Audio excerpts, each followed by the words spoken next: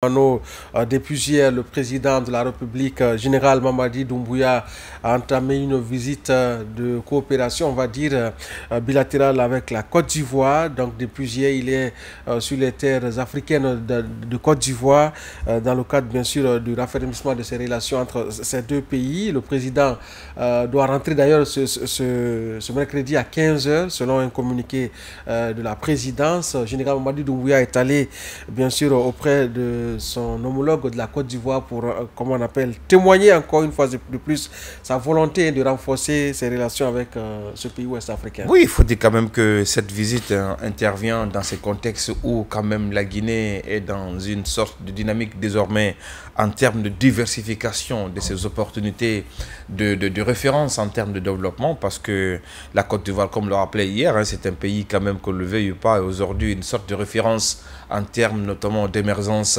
des pays africains, notamment dans la région ouest-africaine. Alors le président de la République, le général Mamadi Doumbouya, pour cette visite d'État quand même, s'est fait accompagné par d'éminentes personnalités guinéennes. N'oubliez pas également que le secrétaire notamment à la présidence de la République, mais aussi un certain nombre de conseillers, pourquoi pas le ministre des Affaires étrangères, était également dans cette délégation. Alors cette visite d'État, notamment du chef de l'État, est une sorte notamment d'expression, notamment des excellentes relations historiques entre la Guinée et la Côte d'Ivoire, deux nations sœurs unies par la géographie, les liens culturels, mais aussi des pays quand même qui ont des défis communs. Donc je suis très heureux de savoir qu'aujourd'hui, on commence quand même à faire une sorte d'offensive diplomatique, parce que c'est vrai que le président de la République pouvait envoyer des ministres, le Premier ministre, pour notamment rencontrer le chef de l'État, mais je pense que cette visite également va encore davantage continuer également de raffermir les relations entre la Guinée et la Côte d'Ivoire, mais aussi voir la possibilité de s'inspirer, pourquoi pas, des aspects positifs, notamment de ce pays aujourd'hui qui est en émergence, parce que la Côte d'Ivoire aujourd'hui, quand vous regardez notamment le nombre d'infrastructures et la capacité managériale du président ivoirien Alassane Ouattara, n'est plus à démontrer. Donc je pense qu'un président comme le nôtre, qui ambitionne de repositionner la Guinée sur le plan infrastructurel, déjà on voit que les chantiers sortent de partout. Il y a aussi la question du repositionnement. Donc il est normal pour moi que le chef de l'État puisse rencontrer pas n'importe quel président, parce que Alassane Ouattara, en plus d'être président de la Côte d'Ivoire, on le rappelait hier quand même, c'est l'une des sommités intellectuelles de l'Afrique sur le plan économique, parce que quand même il a servi des grandes instances, notamment financières de l'Afrique et du monde international, parce qu'il a commencé notamment par un grand économiste, la FMI, avec ses expériences politiques. Je pense que, comme on va revenir notamment sur les détails, notamment de la conférence de presse, cette visite pour moi, elle était très inopinée pour nous, parce qu'il faut quand même se diversifier en termes de stratégie de développement. Oui, Bella Kamano, quand on écoute, d'ailleurs on va écouter un extrait de l'intervention du président de la Côte d'Ivoire, Alassane Dramane Ouattara, à l'occasion bien sûr d'une conférence, d'un point de presse que les deux chefs d'État ont animé à l'issue bien sûr de ce tête-à-tête entre bien sûr les présidents guinéens et ivoiriens. Alassane Ouattara qui rappelle la dynamique dans le cadre bien sûr des échanges commerciaux, parce qu'il y a une progression selon ce qu'il dit de 78% donc des échanges commerciaux, ce qui fait quelque chose de 100 milliards de francs CFA. Ce n'est pas rien, c'est une bagatelle très importante qui exprime un peu cette vitalité de la coopération entre ces deux pays. Nous allons suivre donc un extrait de l'intervention du président Alassane Ouattara, et on se retrouve pour la suite de cette émission. Monsieur le Président, chers frères, je suis heureux de vous accueillir en Côte d'Ivoire, à Abidjan, à l'occasion de la visite de travail et d'amitié que vous effectuez dans notre pays. Je sais que vous connaissez bien la Côte d'Ivoire et je vous remercie de cette marque d'attention. Je vous souhaite à vous-même ainsi qu'à la délégation qui vous accompagne, ainsi que la première dame de Guinée, la bienvenue en terre ivoirienne. Je voudrais vous réitérer mes remerciements pour la participation du Premier ministre guinéen d'Africa CEO Forum, organisé les 12 et 13 juin dernier à Abidjan, ainsi que pour l'importante délégation guinéenne mobilisée à l'occasion du FEMUA 2025 avec nos jeunes de Magic System. La Côte d'Ivoire et la Guinée sont des pays frères et amis, et je me réjouis des relations séculaires de coopération et d'amitié qui existent entre nos deux pays depuis de nombreuses années. Dans le cadre de ces excellentes relations, notre pays accueille une importante communauté guinéenne, comme vous l'avez constaté ce matin, qui vit en parfaite harmonie avec leurs sœurs et frères ivoiriens. Et il en est de même pour de nombreux Ivoiriens qui résident en Guinée. Votre visite nous offre l'opportunité d'aborder des sujets d'intérêt commun en vue de raffermir davantage ces excellentes relations. Monsieur le Président, chers frères, nous venons d'avoir un entretien approfondi qui nous a permis d'aborder des sujets d'intérêt commun, notamment les relations économiques bilatérales et la situation sécuritaire dans nos pays et dans la sous-région. Nous avons aussi échangé sur la situation politique dans nos deux pays.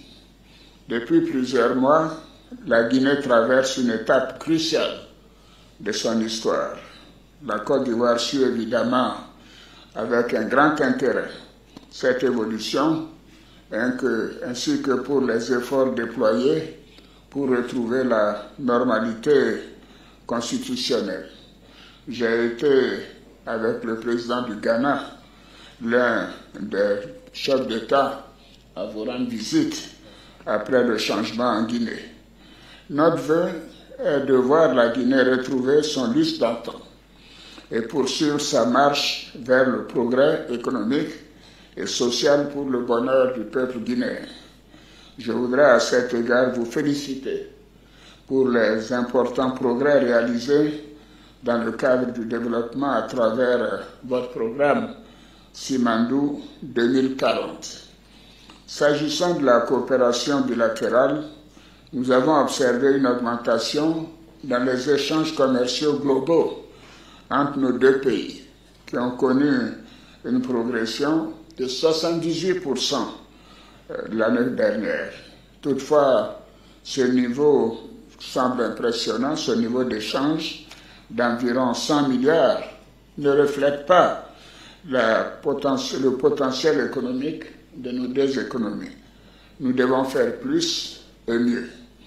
Nous avons décidé de renforcer davantage notre coopération économique, notamment dans les domaines des mines et de l'énergie, du transport bitumage de la route Lola, fourniture de la frontière de la Côte d'Ivoire, construction du chemin de fer San Pedro-Monimba et ensuite Conakry.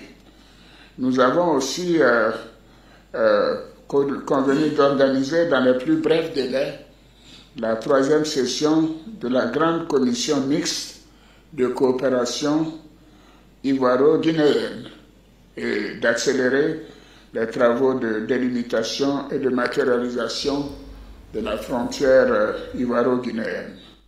Voilà donc Alassane Ouattara et le général Mamadi Doumbouya, deux chefs d'État engagés à en tout cas consolider les liens de bon voisinage dans l'espace CEDEAO. Mohamed Mari.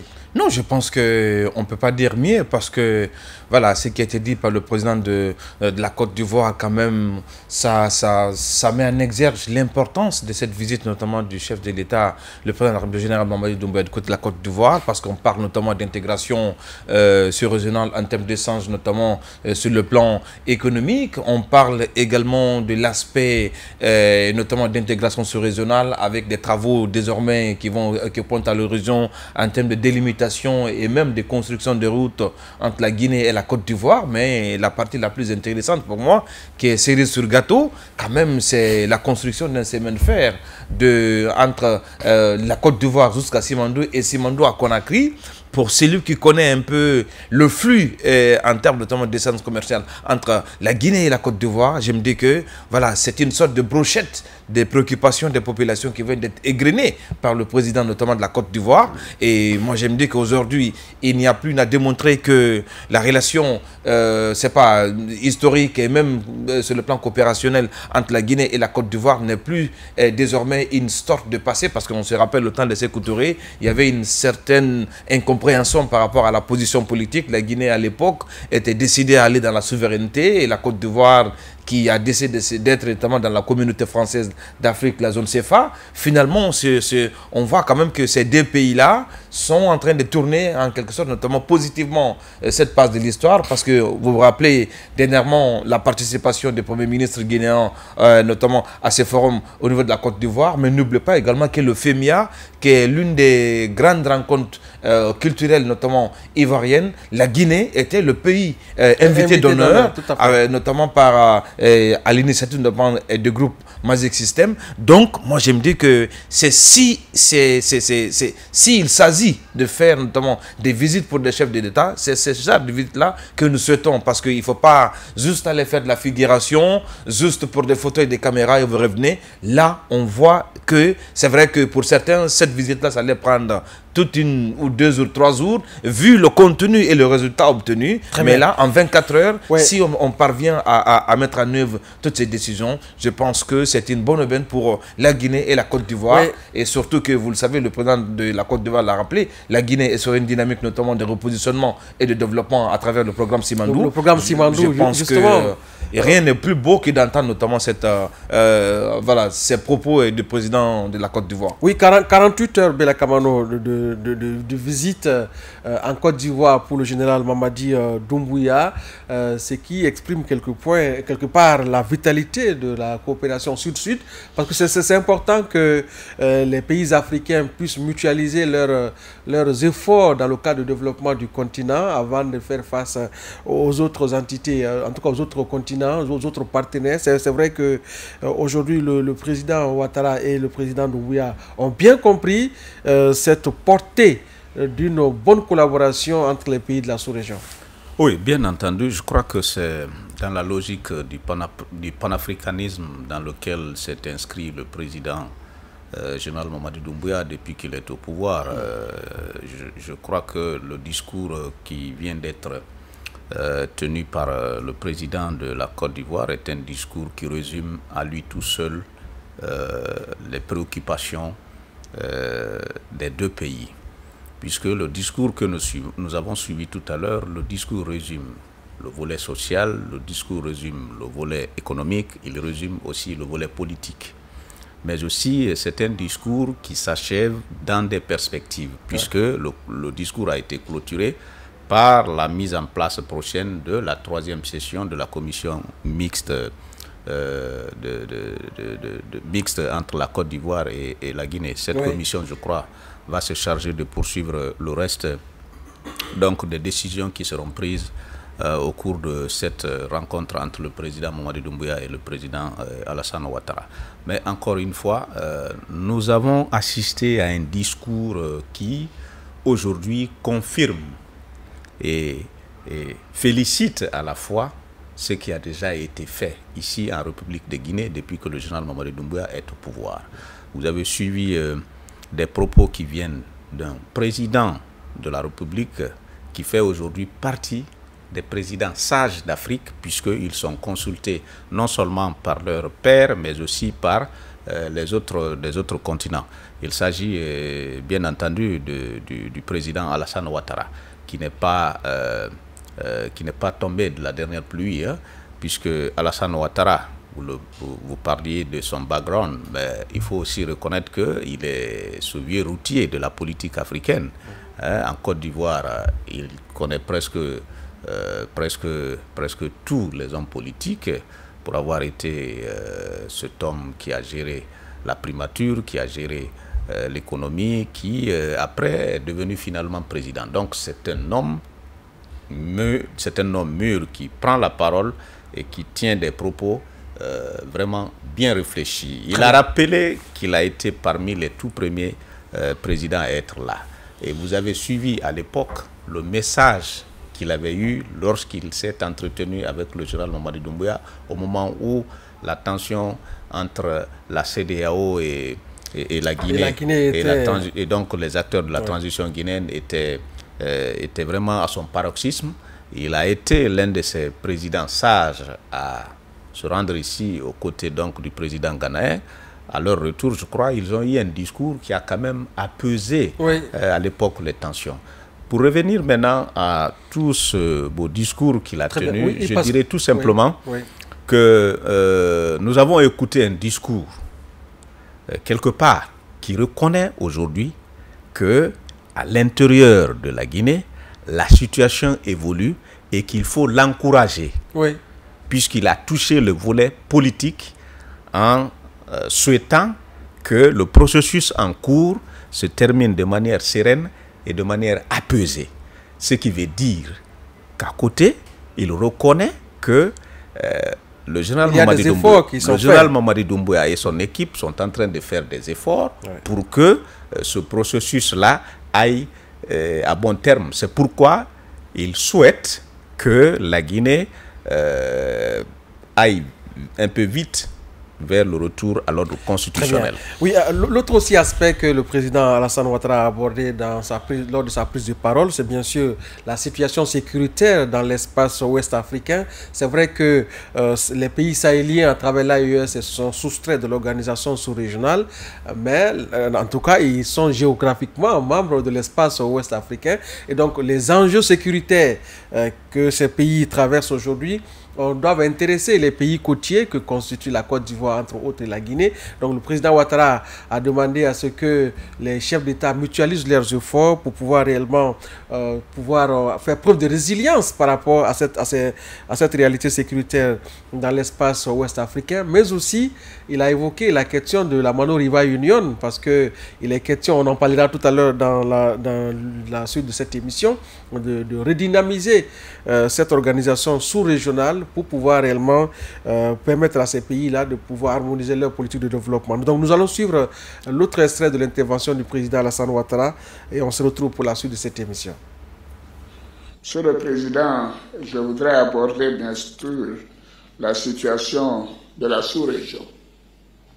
Nous avons aussi échangé sur cette situation préoccupante dans notre sous-région, notamment la situation sécuritaire, politique et humanitaire dans les pays du Sahel et les menaces que ceci pose pour les pays côtiers.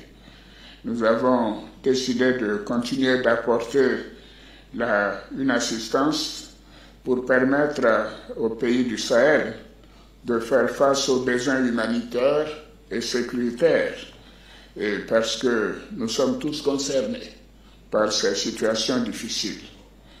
Enfin, s'agissant de l'union du fleuve River-Mano, à laquelle nos deux pays sont membres, nous avons souligné l'importance de reprendre les réunions ministérielles en vue de préparer un sommet dans les prochains mois sur les questions d'intégration économique et de veille sécuritaire et environnementale.